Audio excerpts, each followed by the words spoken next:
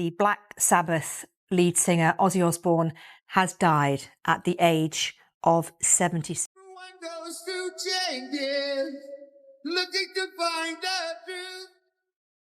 The man in the dark will bring another day. Breaking news, Ozzy Osbourne, founding father of British heavy metal, the frontman for Black Sabbath, and a reality TV luminary, has died after a years-long struggle with Parkinson's disease. When Ozzy says he's got a Parkinsonian tremor, he does, and he was born with the PARK2 gene, which it's the best one to have. Osbourne's control, including licensing rights, selecting partners, marketing plans, and post-production oversight. This form of control remained constant throughout Ozzy Osbourne's entire career. In building her personal brand, Sharon Osbourne uses a strategy that focuses on Ozzy Osbourne's inner conflict and unconventional behavior. Controversial actions are used as a tool to attract media attention and shape his unique image in the music market. Nonetheless, every image statement and product must pass through at least one layer of censorship from the media department designated by Sharon Osbourne. The financial system has also been reorganized into a separate structure, with Sharon Osbourne controlling cash flows through at least 3 layers of legal entities, including a tour management company, a music copyright company, and a personal image agency. All expenses related to living treatment logistics and investment are based on a fixed budget model established annually according to quantitative criteria and occupational health forecasts. Health and legal risk reserves are replenished periodically, ensuring continuity of operations even during periods of performance interruption. Within the family, Sharon Osbourne is the overall planner of her children's activities, education, and information security. Press, television, and social media access is tightly controlled to align with the Ozzy Osbourne brand image. All public activities related to the family are planned in advance through an independent legal department to protect privacy and control consistency in communication. Sharon Osbourne's combined role as wife and manager has kept her inseparable from any phase of Ozzy Osbourne's career. She has final say over musical choices, performance partners, brand affiliations, and collaborative projects. Many long-term contracts bear her name as co-owner or legal representative. Franchise agreements involving Ozzy Osbourne's image, including reality television shows and music events, are all directly approved by Sharon Osbourne. In addition to her business interests, Sharon Osbourne has also been responsible for overseeing Ozzy Osbourne's medical and treatment records since the early stages of his solo career. Physician orders, medical schedules, and insurance are organized into a unified system under her management. This helps ensure continuity of care and to handle unexpected situations when Ozzy Osbourne has problems during tours or long recording sessions. Throughout their collaboration, Ozzy Osbourne's operating model was not based on artist privileges, but on a personalized organization with scale and strict internal control. Sharon Osbourne built this structure from the human resources system to asset management, communication strategy, and backstage operations, helping Ozzy Osbourne maintain a continuous image in the market without being interrupted by personal events. This form creates high stability in performance activities, as well as helps control crises when unexpected events occur. With such an absolutely controlled coordination mechanism, the relationship between the two people goes beyond the framework of a normal marriage to become a highly disciplined organizational system in which artistic rebellion is placed within tight operating limits, with strategies, scripts, and unified coordination mechanisms. Disease management. After signs of movement disorders appeared and progressed toward his loss of control of the central nervous system, Ozzy Osbourne's medical records were transferred to special monitoring mode. A disease monitoring system was established at the main residence, coordinating 3 functional groups: neurological support, motor rehabilitation, and symptomatic treatment.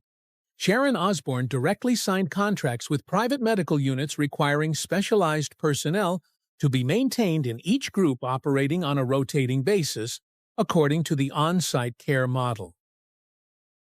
During the course of his illness, Ozzy Osbourne had to suspend all public appearances. Short-term appearances were only permitted when 3 criteria were met: the ability to sit still, stable speech, and minimal control of facial expressions. These criteria were not intended to maintain a public image, but to ensure safety in contact and the ability to react to external forces. All events took place in closed conditions with a medical team on duty and written reports after each move.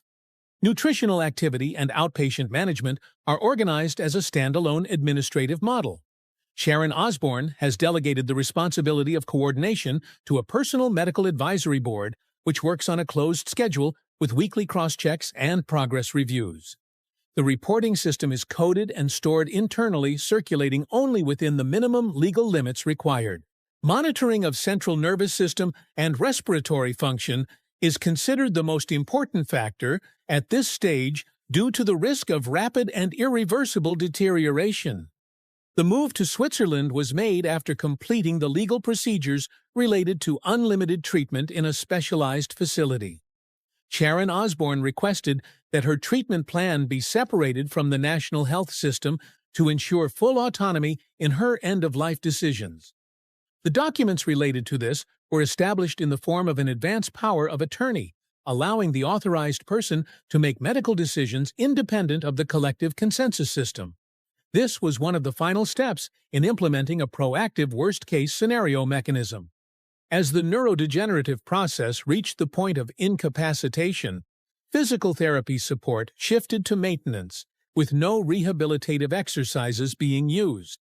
Late-stage interventions were used to limit pain, stabilize peripheral nerves, and control muscle spasticity. Ozzy Osbourne remained conscious throughout the entire process, and his vital signs were maintained at a level sufficient to enable him to sign administrative documents related to his estate and will. The system continues to operate until death is confirmed. All medical records, prescriptions, treatment plans, progress indicators, and final professional conclusions are stored encrypted and handed over to the legal representative according to the post-audit procedure. Sharon Osbourne ends her role as medical administrator after signing a document to close the file, confirming that all responsibilities under the power of attorney have been completed.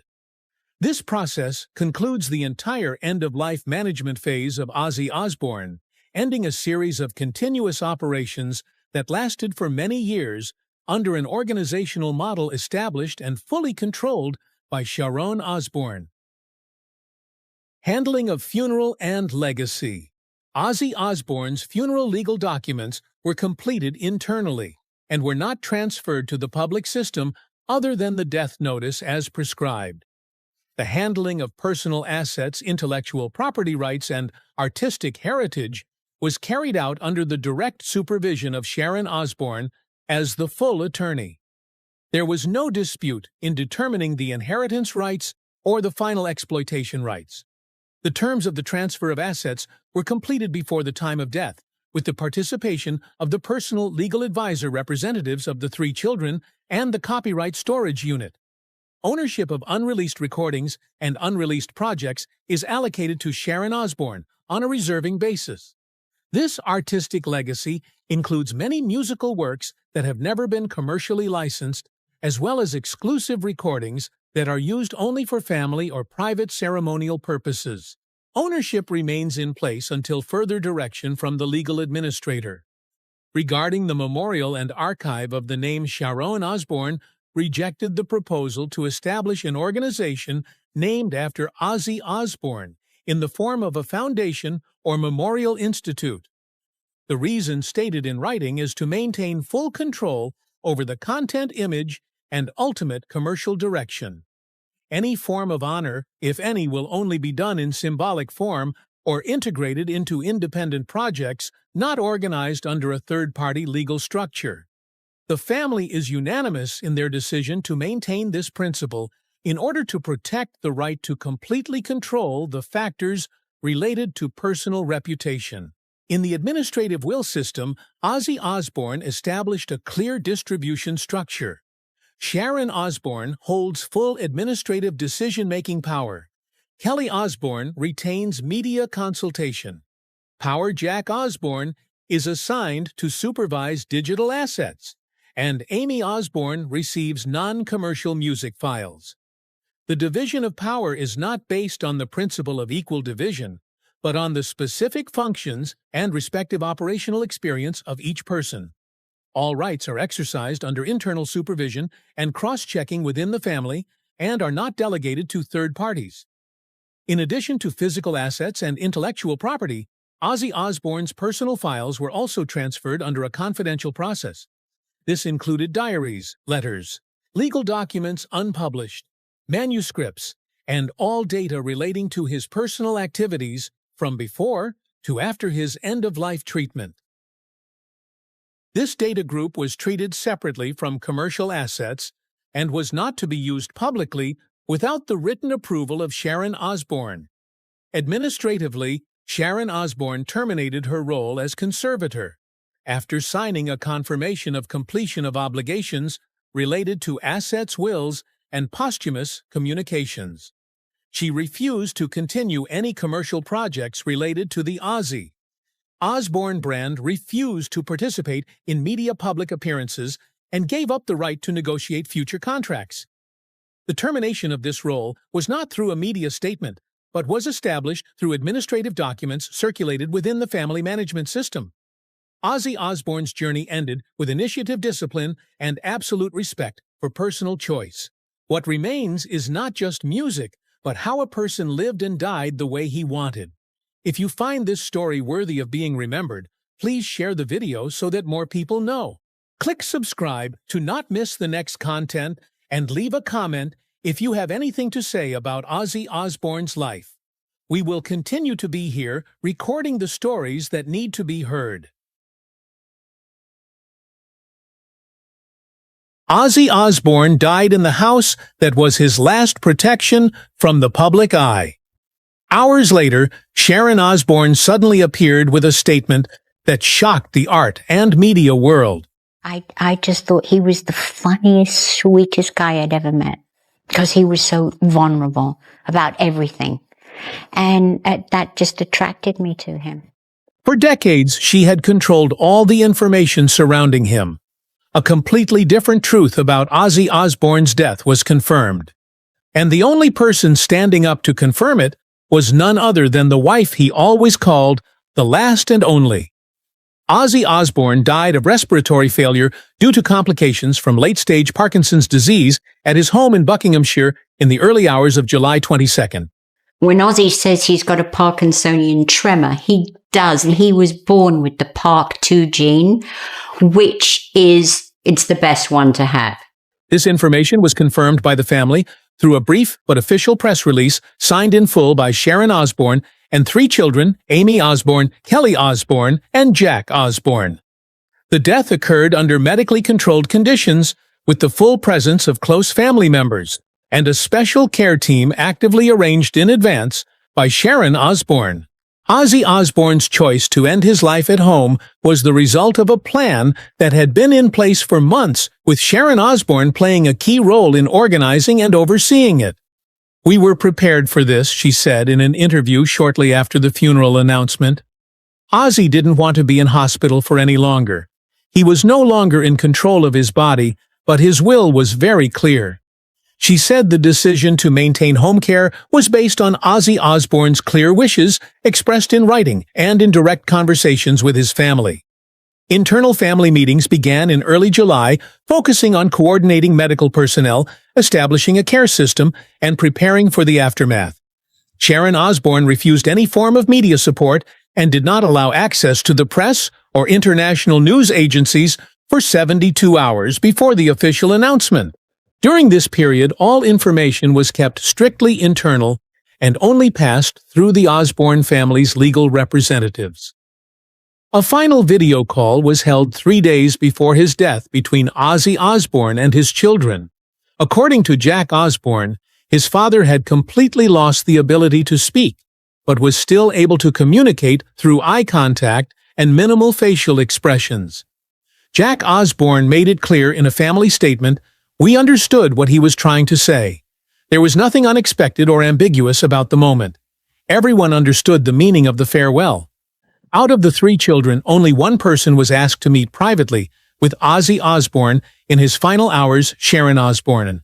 In a personal letter that Sharon Osbourne officially released in a press release, she affirmed, "He and I kept our old promises. There was no intervention from machines, there was no transfer, nothing was done outside Ozzy's wishes." The letter did not specify when the decision was made, but it confirmed that the agreement was made early on and was maintained consistently until the end. He died conscious. All indications are that he was fully aware of his circumstances, Sharon Osbourne added. The body was kept in a private room for 12 hours before being transferred to a prearranged burial site. The procedure was carried out by a private funeral service contracted by Sharon Osbourne on a long-term basis with full confidentiality. No media artists or business partners were allowed access during this time. All activities were carried out within the family. The burial took place in the Osbourne family's private plot, which Ozzy has stated is the only place I want to rest. The funeral was closed to the public, not live-streamed, and not photographed by the press. The program was not made public, but was confirmed to have been composed by Sharon Osbourne herself. According to the postscript of the announcement, the entire soundtrack for the funeral was unreleased recordings made by Ozzy Osbourne during his recovery from his 2019 accident. The final track used at the funeral was a remix of "See You on the Other Side," an exclusive recording requested by Ozzy Osbourne himself in 2023. The relationship between Ozzy Osbourne and Sharon Osbourne entered a period of serious crisis after the news of an extramarital affair by Ozzy Osbourne was confirmed. The discovery led to a short-term separation between the two, with several temporary internal changes being made within the family. In a subsequent statement, Sharon Osbourne characterized her marriage as a breakdown of trust and asked Ozzy Osbourne to withdraw from all performing activities and stop all work schedules. During the internal treatment period, Ozzy Osbourne voluntarily entered a specialized treatment facility. According to information from the family representative, the purpose of this is to reevaluate the overall ability to control behavior and, at the same time, reestablish the limits in personal relationships. After the end of the treatment period, Ozzy Osbourne continued to undergo a long-term psychotherapy process, organized separately with the indirect participation of Sharon Osbourne and the children. The rebuilding of the relationship was not done publicly, and it was only when Sharon Osbourne confirmed in writing that the marriage was still alive that all family and professional activities were restored. According to internal management documents, Ozzy Osbourne signed an additional family legal agreement, committing to limit personal interactions outside the marriage, including financial oversight, media coverage, and public appearances. These provisions were established to ensure the restructuring of the marital relationship under a consensual control mechanism. In addition to the legal factors, the reconciliation between the two was also influenced by the influence of the 3 children. In a private exchange between family members, Kelly Osbourne and Jack Osbourne were confirmed to be the ones who proposed the reorganization of family life in the form of a shared schedule medical support and a reduction in media load. All activities related to television performance or publishing during this time were frozen and only restored in parts after internal agreements took effect. Following the completion of the staffing and operational adjustments, Sharon Osbourne resumed her role as Ozzy Osbourne's direct manager, with full control over financial and medical decisions. The relationship is considered to be on a steady course following the restructuring, although it is still closely monitored by an independent legal and psychological team hired specifically for long-term monitoring purposes. Those working within this support system are required to sign comprehensive confidentiality agreements and are not permitted to share any content outside of the approved process. Sharon Osbourne then suspended all personal work, including media activities, appearances at events, and independent projects. All time was transferred to managing the personal life and medical logistics of Ozzy Osbourne, including scheduling specialized examinations, treatments, and coordinating administrative procedures related to adjusting the legal status of the individual in the advanced stage of the disease. This allocation was made within the framework of internal documents between the two people, without any intervention from third parties. Recovery from the crisis has been accompanied by a readjustment of family roles. Kelly Osbourne is responsible for social media content, while Jack Osbourne focuses on protecting his father's privacy during legal and administrative proceedings. Amy Osbourne, as the eldest child, remains neutral and only participates in some internal activities when asked. This division of roles helps stabilize the family support system without creating conflicting roles. Legally, there was no formal withdrawal from the marriage between Sharon Osbourne and Ozzy Osbourne after the above event. The relationship was maintained on the basis of mutual recommitment through clear legal forms of control with written confirmation of each stage. Sharon Osbourne said in an official statement, "Nothing was spontaneous. Everything was considered confirmed and approved. We maintained the relationship by reestablishing the system not based on immediate emotions. The relationship after that period was not redefined by new labels, but treated as a stable structure within a framework of mutual control." Sharon Osbourne held a central coordinating position in the entire support network for Ozzy Osbourne, from internal operations to end-of-life preparations.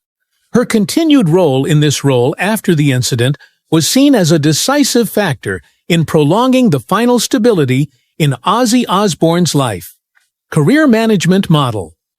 Ozzy Osbourne and Sharon Osbourne's relationship began in a professional context when she was directly involved in the performance of the band, of which he was the lead singer. This early period marked a transition between artist and manager, with Sharon Osbourne gradually moving from observer to coordinator of performance strategy. Her access to internal documents and schedules increased her ability to influence Ozzy Osbourne's career decisions later on. When Ozzy Osbourne stepped down as the frontman of his old band, Sharon Osbourne took charge of the entire reorientation of his solo career. Contracts listed her as the sole authority on all commercial recording distribution and media matters. All music productions after this point were under Sharon Osbourne.